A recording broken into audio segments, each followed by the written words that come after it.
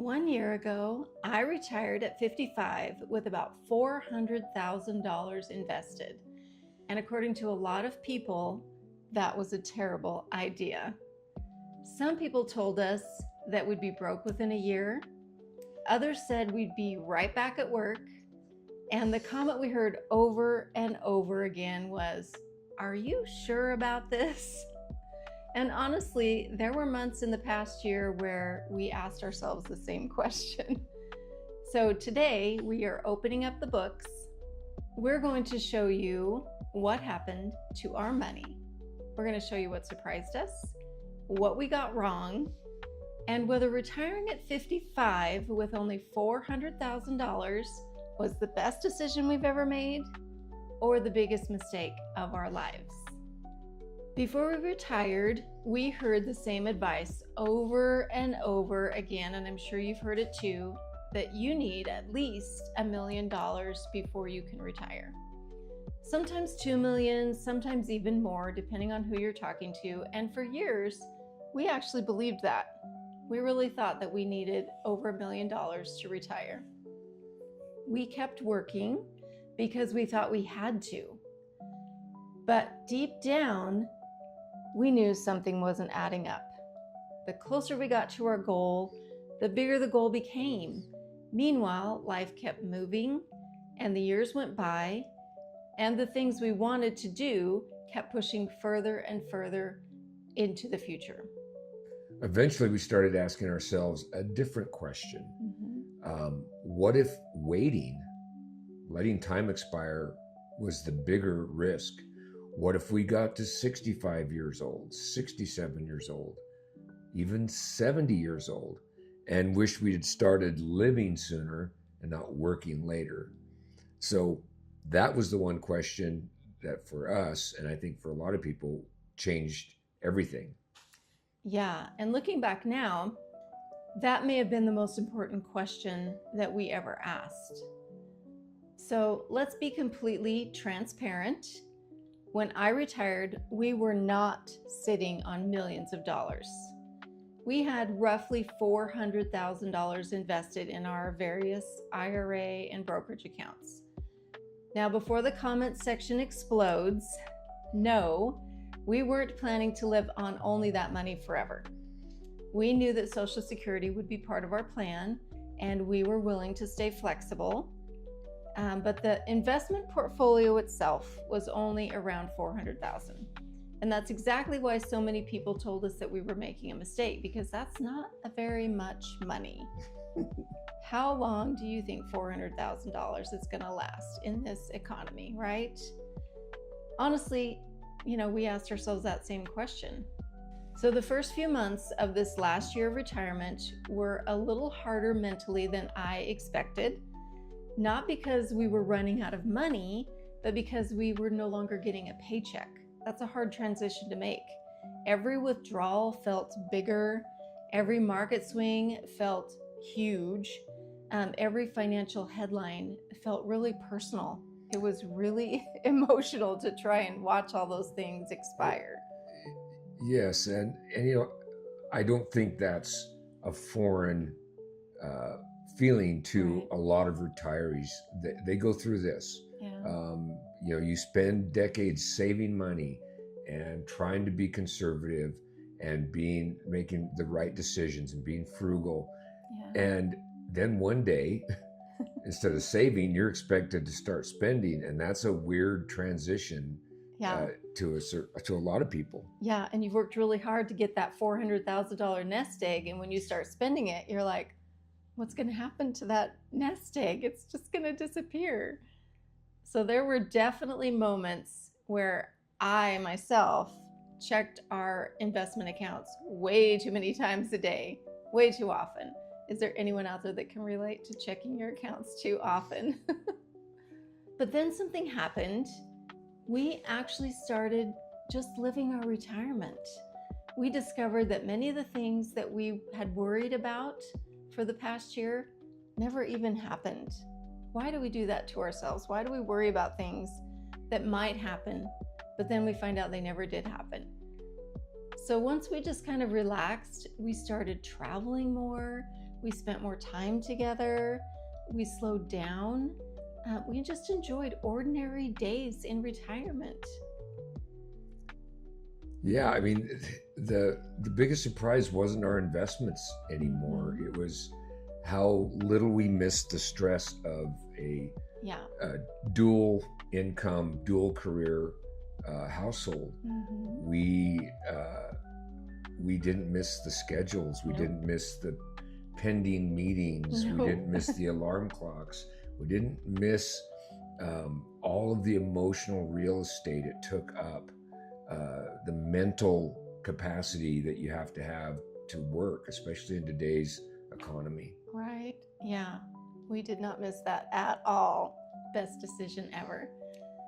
For years, when we thought what we thought about retirement was how much money we needed. And now we think about retirement as the time that we get to spend together and the fun experiences that we get to have. And that's priceless.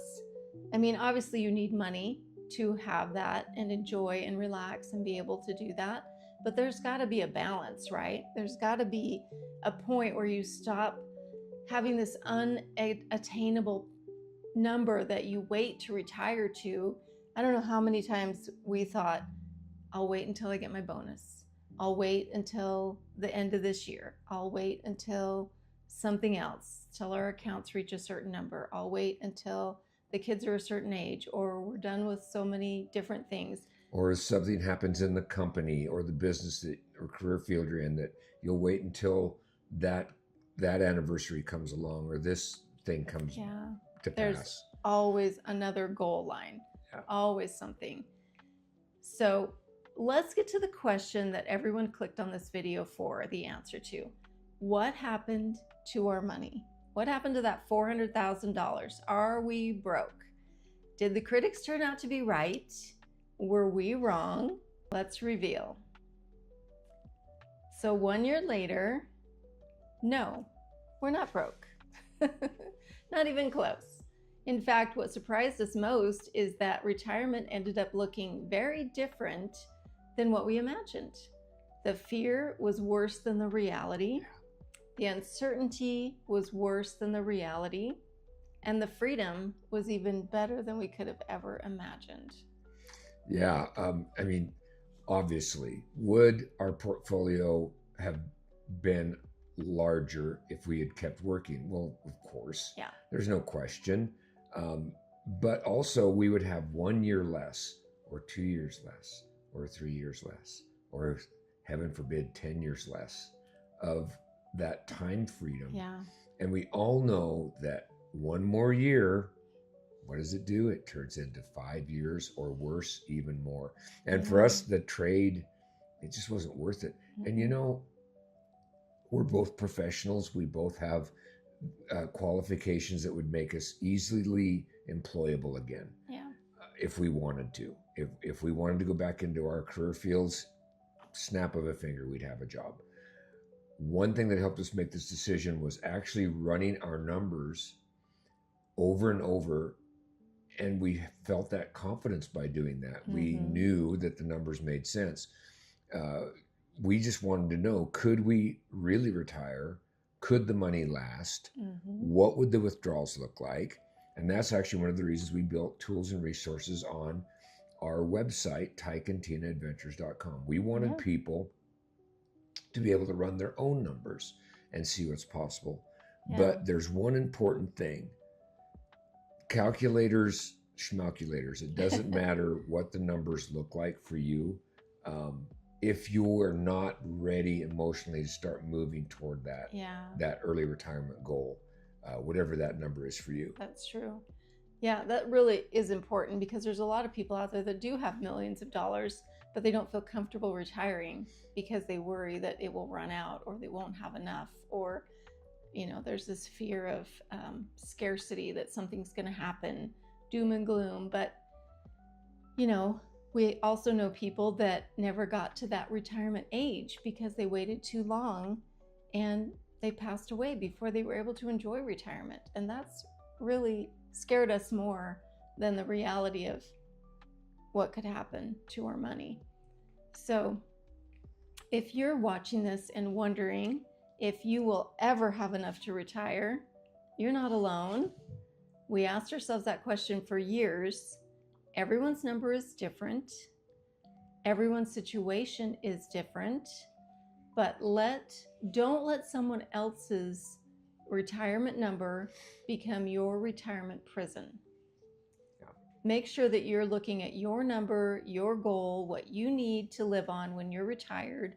You know, for us, we sold everything, so we don't have a mortgage payment. We don't have a home that needs upkeep. We travel. We stay in hotels and Airbnbs and use trusted house sitter. We stay in other people's homes and we let them make all those huge payments and upkeep and expenses. And we just enjoy the flexibility of being free to do whatever we want. And we know that that might not be the situation for our entire life. Obviously, there's going to be a point where we want to settle down, or we've even considered buying a home in Thailand and living out our days in Thailand. So there's so many options, but that's why we're letting our accounts grow. We're being flexible. We're using Geoarbitrage to spend our money cheaper in foreign countries where we can get more bang for our buck. And we're doing all these things that can be useful to you if that's what you want to do, or if you want to choose a different lifestyle where your house is paid off and you like to be out in your garden every day. That's wonderful. That's your choice and that's your option, and it gives you so much flexibility. And just knowing that is half the battle right there. So the biggest lesson from our first year isn't about investing, it's about living, because none of us knows how much time we have. If we had to make the decision again today, I would totally retire again at 55, and I'm sure Tyke would retire at 63 when he retired. Or I'd do it sooner if I would have put the work in, because I just kept working, thinking that 65 was the magic number, or 67. And like Tina mentioned earlier, the goalpost just kept moving, and we thought we were in field goal range, and the uprights kept moving downfield. Yeah. Here's what's great about it, though. This isn't a one size fits all, but kind of like a snapback hat, you can make it fit. You can adjust these variables, because at the end of the day, everybody's got the same variables, right? They're pretty much quantified into the same type of variables. Yeah. If you start plugging in your numbers and plugging in your goals and what you want to do and when, I mean, this happened to us in a course of less than 2 years. Yeah.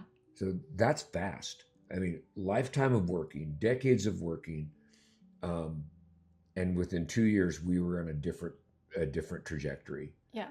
Because we sat down and decided what we wanted to do and started setting goals. And dug in and just got her done. Yeah. If you'd like to see our actual retirement monthly budget, our withdrawal strategy, and how we're making retirement work long term, hit that subscribe button, because that's exactly what we're sharing here on this channel. We would love to know in the comments, what number do you think you need to retire? If you're wondering whether your own retirement number is enough, we've created the Retirement Number app and a bunch of other free and really low cost resources just to help us keep things going on our website. The website is called TykeandTinaAdventures.com. So head on over there and check out our resources. Like I say, we do have some that are a little bit of money, but they're super cheap, and they just help us keep things afloat with our marketing and things. It's the kind of information that we wish we would have had when we were thinking and planning about retirement.